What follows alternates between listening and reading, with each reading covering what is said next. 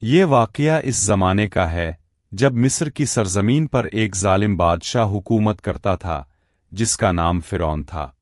قرآن مجید بتاتا ہے کہ فرعون زمین میں سرکش ہو چکا تھا، اس نے لوگوں کو گروہوں میں بانٹ دیا تھا اور بنی اسرائیل پر شدید ظلم کرتا تھا۔ فرعون کو یہ وہم تھا کہ اس کی حکومت کو کوئی چیلنج نہیں کر سکتا۔ اسی غرور میں اس نے اعلان کر رکھا تھا کہ وہ بنی اسرائیل کے پیدا ہونے والے ہر لڑکے کو قتل کرا دے گا، کیونکہ اسے بتایا گیا تھا کہ انہی میں سے ایک بچہ اس کی سلطنت کے زوال کا سبب بنے گا۔ اسی دوران اللہ تعالیٰ نے بنی اسرائیل کی نجات کے لیے ایک عظیم منصوبہ تیار فرما لیا۔ اللہ تعالیٰ نے حضرت موسیٰ علیہ السلام کو پیدا فرمایا۔ ان کی والدہ کے دل میں اللہ نے وحی کے ذریعے یہ بات ڈال دی کہ جب خطرہ محسوس ہو تو بچے کو صندوق میں رکھ کر دریا میں چھوڑ دینا اور ڈرنا نہیں، غمگین نہ ہونا، کیونکہ اللہ نے وعدہ فرمایا تھا کہ وہ بچے کو واپس لوٹا دے گا اور اسے رسول بنائے گا۔ چنانچہ حضرت موسیٰ کو دریا میں چھوڑ دیا گیا اور اللہ کے حکم سے وہ صندوق بہتا ہوا فرعون کے محل تک جا پہنچا۔ فرعون کے گھر والوں نے اس بچے کو اٹھا لیا۔ قرآن کہتا ہے کہ یہ بچہ آگے چل کر ان کے لیے دشمن اور غم کا سبب بننے والا تھا، لیکن اس وقت وہ اس حقیقت سے بے خبر تھے۔ اللہ تعالیٰ نے حضرت موسیٰ کے دل میں بچپن ہی سے ایک خاص نور اور وقار رکھ دیا۔ فرعون کے محل میں پرورش پانے کے باوجود اللہ نے انہیں فرعون کے دین اور اس کے ظلم سے محفوظ رکھا۔ یہیں سے وہ کہانی شروع ہوتی ہے جس میں اللہ اپنی قدرت دکھاتا ہے کہ جسے وہ بچانا چاہے اسے دشمن کے گھر میں بھی پال دیتا ہے۔ وقت گزرتا رہا اور حضرت موسیٰ علیہ السلام جوان ہو گئے۔ ایک دن شہر میں ایک ایسا واقعہ پیش آیا جس نے حضرت موسیٰ کی زندگی کا رخ بدل دیا۔ انہوں نے دیکھا کہ بنی اسرائیل کا ایک شخص ایک قبطی کے ظلم کا شکار ہے۔ حضرت موسیٰ نے مظلوم کی مدد کی، مگر نادانستہ طور پر وہ قبطی مر گیا۔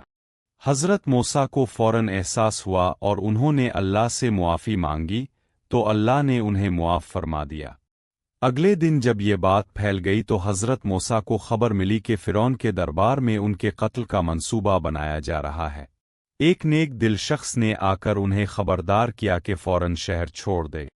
چنانچہ حضرت موسیٰ اللہ پر بھروسہ کرتے ہوئے مصر سے نکل گئے اور مدین کی طرف روانہ ہو گئے۔ مدین پہنچ کر حضرت موسیٰ نے دو کمزور عورتوں کی مدد کی جن کے مویشی پانی نہیں پی پا رہے تھے۔ اس نیکی کے بدلے اللہ نے انہیں عزت، روزی اور سکون عطا فرمایا۔ وہیں حضرت موسیٰ نے کئی سال گزارے، یہاں تک کہ اللہ کا وعدہ پورا ہونے کا وقت آ گیا۔ ایک رات واپسی کے سفر میں حضرت موسیٰ نے طور پہاڑ کی جانب ایک روشنی دیکھی۔ جب وہ وہاں پہنچے تو اللہ تعالیٰ نے ان سے کلام فرمایا۔ اللہ نے حضرت موسیٰ کو نبوت عطا کی اور حکم دیا کہ فرعون کے پاس جائے، کیونکہ وہ حد سے بڑھ چکا ہے۔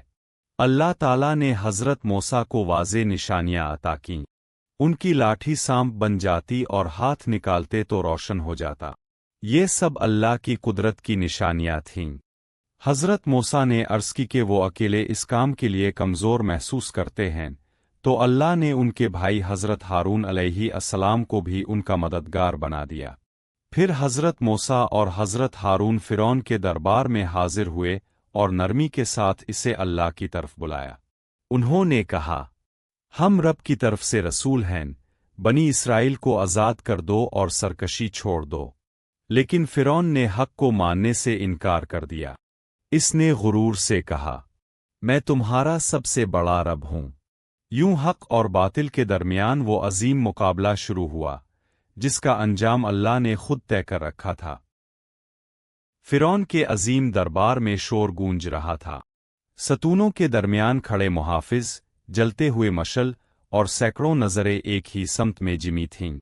فرعون غرور سے کھڑا ہوا اور بلند آواز میں اعلان کیا، اگر موسیٰ سچا ہے تو آج اسے ہمارے جادو کے مقابل آنا ہوگا۔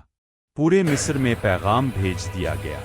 ماہر جادوگر دور دور سے جمع ہونے لگے۔ دربار لوگوں سے بھر گیا۔ فضا میں ایک انجانا خوف اور تجسس تھا۔ اسی لمحے حضرت موسیٰ اور حضرت ہارون وقار کے ساتھ دربار میں داخل ہوئے۔ نہ ہی خوف تھا اور نہ گھبراہٹ، صرف یقین تھا۔